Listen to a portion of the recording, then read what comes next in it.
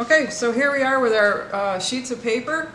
As we make them, we put another piece of Pellon, which is a fabric quilters usually use, and that divides the wet sheets, because if the wet sheets weren't divided, what would happen? You'd have a giant block of paper that would all stick together.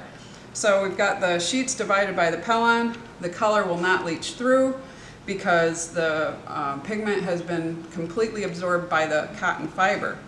So we went from white to blue to green. How do we get more color on this? Suppose we want to. Well, welcome ketchup bottles. Ketchup bottles are used to put pulp, which has been pigmented, into a painting medium. Now this pulp has been beaten quite a long time, so the fibers are very short. It's called overbeaten, and that allows it to move and work with stencils and come out of this little narrow opening in the ketchup bottles. So this is nothing but the same pulp we were using before, except for it's been beaten longer, and pigment, and then something called formation aid, which kind of makes it slimy. It's kind of gooey to the touch.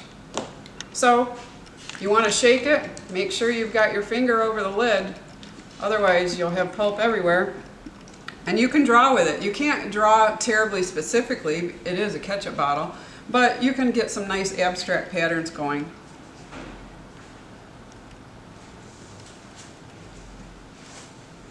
So you saw all those ketchup bottles. Well, that's because normally we would have lots of different colors to work with. So you're painting with your palette of pulp paint. There you go. Okay, so here we are back with our blank sheet of paper again, and I want to introduce more color.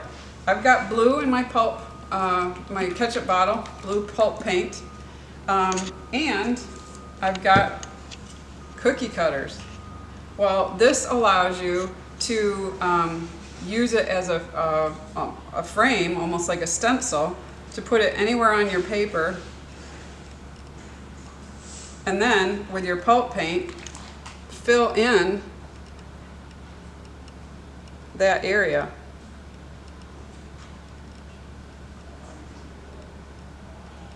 And then once it's going into the press, it will all become one. So you have to let it sit for, be patient, get it all the way to the edges, let it absorb a little bit into the sheet below. Otherwise, when you lift this, it will just kind of ooze out. So I'm going to give it a minute or two.